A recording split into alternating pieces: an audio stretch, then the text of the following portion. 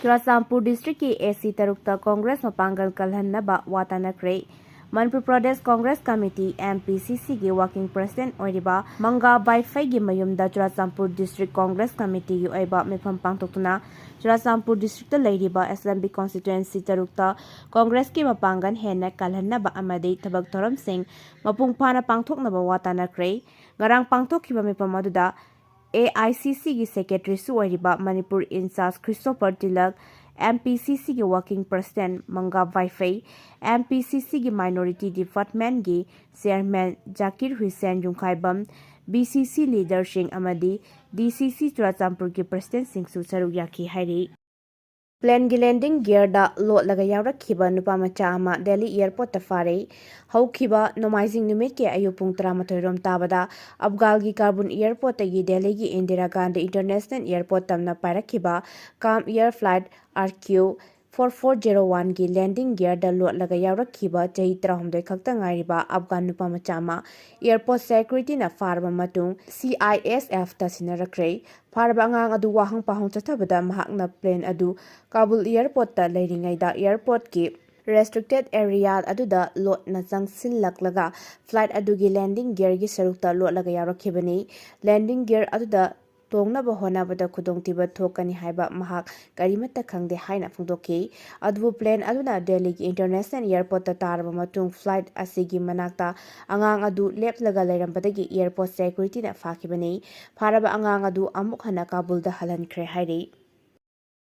Ijerengi drone attack na angang ahum yauna South Lebanda miyoi manga hatkre Ijerengi drone strike amada Leban gi thakha thangba mafam da angang ahum yauna punna miyoi manga hatkre haina Leban gi head ministry gi maketi gi phongdorakle thawdok adu da sikiba angang sing adu gi mama yauna atopa miyoi amaga su asok apan nangke maragasi da Ijeren gi military na phongdokpada Leban gi micham marakta gi operate toba Hezbollah militant da target tawkiba attack Chhattisgarh की Naryanpur da security force ka kapnabada Maoist की cadre अनि हाटक्रे Chhattisgarh की Naryanpur district के मनुंग चना लेबा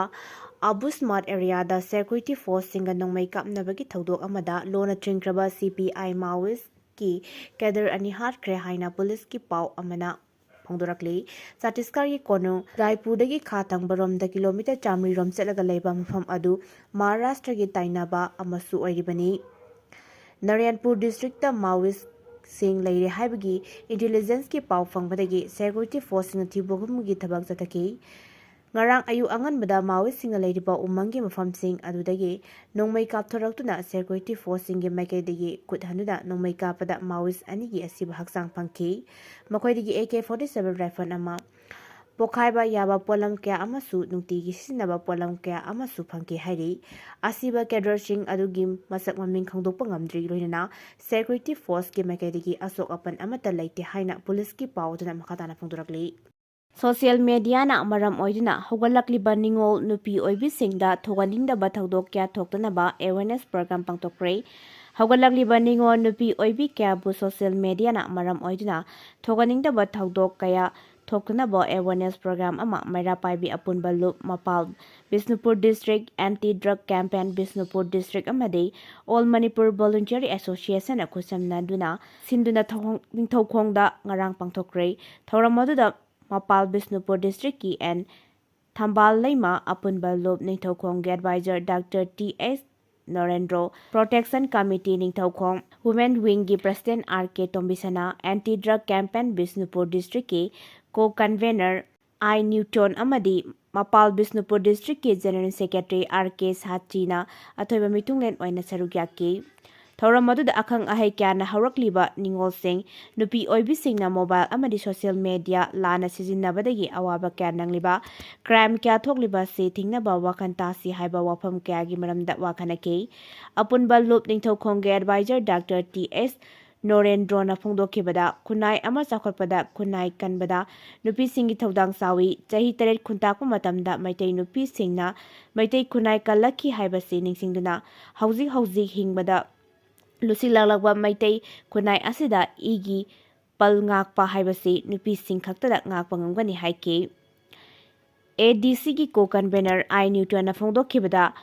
wakhal fata haudabadagi aina nungsijaba nupana thawaibidaba thajarubadagi punsi lekha tarakpa ima ipasingnasu inthokpa Saibi thangbiba wakhal puba ngamlaktabadagi masa matomta sijaba kaya thokliba nupisingna igi palngak tabadagi khunai asigi i mangsinba kaya thokliba asi wakhan khantaminasi wakhan taminarshi haiba wafamsing phungtoke